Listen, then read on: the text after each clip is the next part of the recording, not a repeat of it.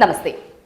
ഭീകരരും ഭീകരവാദവുമായി നേരിട്ട് ബന്ധമുള്ളവരുടെയും നിരവധി വീടുകളാണ് ഇതിനകം തന്നെ പോലീസും സൈന്യവും ചേർന്ന് കാശ്മീരിൽ തകർത്തത്. അതിനിയും തുടരുക തന്നെ ചെയ്യും. ഒരു കുടുംബാംഗം ഭീകരവാദിയായതിന് അയാളുടെ വീടും വീട്ടുകാരും എന്തു പിഴച്ചു?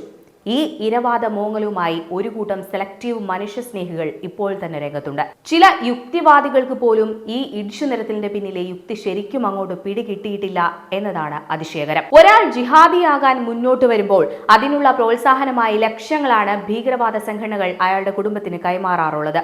ഈ തുക ഉപയോഗിച്ചാണ് പ്രത്യേകിച്ച് യാതൊരു വരുമാനവുമില്ലാത്ത ഭീകരവാദികളുടെ കുടുംബക്കാർ വലിയ വീടുകളും കച്ചവട സ്ഥാപനങ്ങളും പടുത്തുയർത്താറുള്ളതും. എന്നാൽ കുടുംബാംഗമായ ഭീകരവാദി ചെയ്തു കൂട്ടുന്ന ക്രൂരതകളുടെ കൂട്ടുത്തരവാദിത്തം ഏൽക്കാനോ അതിനുള്ള ശിക്ഷ ഏറ്റുവാങ്ങാനോ അയാളുടെ കുടുംബക്കാർ ഒരിക്കലും തയ്യാറാവുകയുമില്ല. അതോടൊപ്പം മാധ്യമങ്ങൾക്ക് മുന്നിൽ എട്ടും പൊട്ടും തിരിയാത്ത പാവങ്ങളായി അഭിനയിച്ച് മറ്റുള്ളവരുടെ സഹതാപവും കൂടി അവർ പിടിച്ചുപറ്റും. സൈന്യവുമായുള്ള ഏറ്റുമുട്ടലിൽ ഭീകരവാദി കൊല്ലപ്പെട്ടാൽ പാരിതോഷികമായി വീണ്ടും വലിയൊരു തുക കൂടി ഭീകരവാദ സംഘടനകൾ അയാളുടെ ബന്ധുക്കൾക്ക് കൈമാറും. അതായത് പറഞ്ഞു വരുമ്പോൾ സ്വകുടുംബാംഗമായ ഒരാൾ രാജ്യത്തിനെതിരായ യുദ്ധത്തിൽ വെടിയേറ്റ് ചത്തുതുലയുമ്പോൾ ലഭിക്കുന്ന ലക്ഷങ്ങളും ഭീകരരുടെ ബന്ധുക്കൾക്ക് സ്വീകാര്യമാണ്. മതത്തിനു വേണ്ടി ഒരാളെ ബലി കഴിച്ചതിന്റെ പേരിൽ സ്വസമുദായത്തിൽ നിന്നും ലഭിക്കുന്ന സ്നേഹ ബഹുമാനാദി അംഗീകാരങ്ങൾ വേറെയും. അതായത് ഏത് വഴിക്ക് നോക്കിയാലും താഴ്വരയിലുള്ള ഒരാൾ ഭീകരവാദിയാകുമ്പോൾ എല്ലാ അർത്ഥത്തിലും അയാളുടെ കുടുംബത്തിന് അതൊരു ലാഭക്കച്ചവടമാണ്.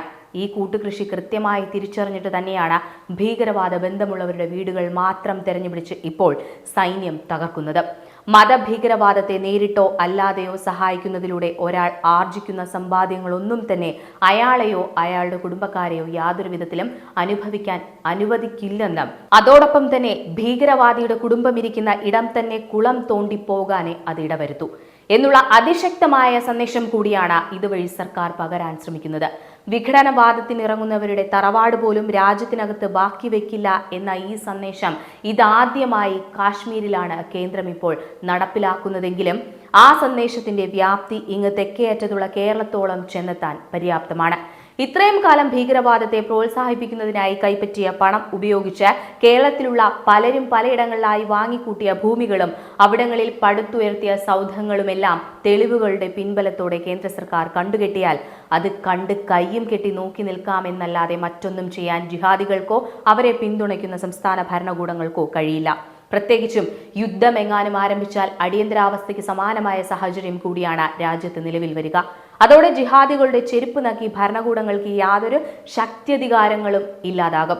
രാജ്യ താൽപര്യത്തിന് എതിര് നിൽക്കുന്നവരെ കാത്തിരിക്കുന്ന വിധി എന്താണെന്ന് അവർക്ക് ശരിക്കും ബോധ്യപ്പെടുത്തി കൊടുക്കാതെ അയൽപക്കത്തെ ശത്രുവിന് നേരെ പടനയിച്ച് അതിർത്തിക്കപ്പുറത്ത് പോയി ആ ശത്രുവിനെ ജയിച്ച് തിരിച്ചു വന്നാലും സ്വദേശം തന്നെ ചിലപ്പോൾ അകത്തുള്ള ഒറ്റുകാരുടെ കൈവശമായി പോയേക്കാം.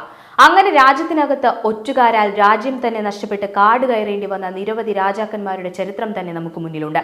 വീട് നഷ്ടപ്പെട്ട ഭീകരവാദികളുടെ ബന്ധുക്കൾ എവിടെ പോകും എന്നതാണ് മറ്റൊരു ചോദ്യം. ഇസ്ലാമിക മതമൗലികവാദികളാൽ കശ്മീർ താഴ്വരയിൽ നിന്ന് ആട്ടിയോടിക്കപ്പെട്ട പണ്ഡിറ്റുകൾ എങ്ങോട്ടാണ് പോയതെന്ന് ഇതുവരെ അന്വേഷിച്ചിട്ടില്ലാത്തവരാണ് ഈ ചോദ്യം ഉന്നയിക്കുന്നവർ.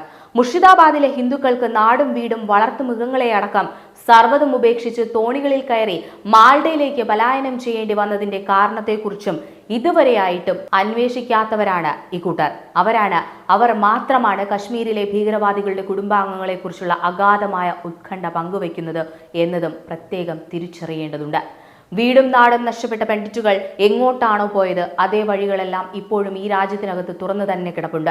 വീടില്ലാതായ ജിഹാദികൾക്കും അങ്ങോട്ട് തന്നെ പോകാം. അതുമല്ലെങ്കിൽ അവരുടെ മക്കൾ ഭീകരവാദം ഇറക്കുമതി ചെയ്യാനായി കടന്നുപോയ അതേ വഴികളിലൂടെ നടന്ന് അതിർത്തിക്ക് അപ്പുറത്തേക്കും പോകാം. ഈ രണ്ടിൽ ഏത് പാത അവർ തിരഞ്ഞെടുത്താലും രാജ്യത്തിന്റെ നിയമങ്ങളെ അനുസരിക്കാൻ തയ്യാറല്ലാത്തവർക്ക് കിടപ്പാടമടക്കം സർവ്വതും നഷ്ടമാകുമ്പോഴേ അത് കണ്ടു നിൽക്കുന്നവർക്കും തലയ്ക്ക് വെളിവ് വരും. കാശ്മീരിൽ നടപ്പാക്കിയ ഇതേ മാതൃക തന്നെ അധികം വൈകാതെ കേരളത്തിലും ബംഗാളിലും വരെ പിന്തുടരേണ്ടി വരും. ഒരു വീട് സ്ഫോടനത്തിൽ തകരുമ്പോൾ അയൽപക്കത്തുള്ള വീടുകൾക്കും വിള്ളലുകൾ വീഴുന്നുണ്ട് എന്നതാണ് അടുത്ത പരാതി. അതൊഴിവാക്കാൻ ഒരു എളുപ്പ വഴിയുണ്ട്. അയൽപക്കത്തൊരു മതതീവ്രവാദിയോ തീവ്രവാദത്തെ പിന്തുണയ്ക്കുന്ന കുടുംബമോ ഉണ്ടെങ്കിൽ അവരെ പറ്റി യഥാസമയം സുരക്ഷാ സേനകളെ അറിയിക്കുക. ഒരു സ്ഫോടനത്തെ സ്വന്തം അയൽപക്കത്തേക്ക് ക്ഷണിച്ചു വരുത്തുക എന്ന മഹാദുരന്തത്തെ ഈ ഒരു മുൻകരുതലിലൂടെ ആർക്കും നിഷ്പ്രയാസം ഒഴിവാക്കാവുന്നതേയുള്ളൂ. മാത്രമല്ല സ്വന്തം വരുമാനത്തേക്കാൾ അധികം തുക ചിലവഴിച്ചുകൊണ്ട് അയൽപക്കത്തുള്ള ആരെങ്കിലും വൻ സൗധം പണിതുയർത്തുന്നുണ്ടെങ്കിൽ ആ കുടുംബക്കാരിൽ ആരെയെങ്കിലും മാസങ്ങളായി കാണുവാനില്ലെങ്കിൽ അക്കാര്യവും ഉത്തരവാദിത്തപ്പെട്ടവരെ കൃത്യമായി അറിയിക്കുക. ഇതല്ലാതെ ഭൂമി കുലുക്കത്തിൽ സ്വന്തം വീടിനുണ്ടാകുന്ന വിള്ളൽ ഒഴിവാക്കാനുള്ള മറ്റൊരു പ്രായോഗികമായ മാർഗവും ഇപ്പോൾ കാശ്മീരികൾക്ക് മുന്നിലില്ല.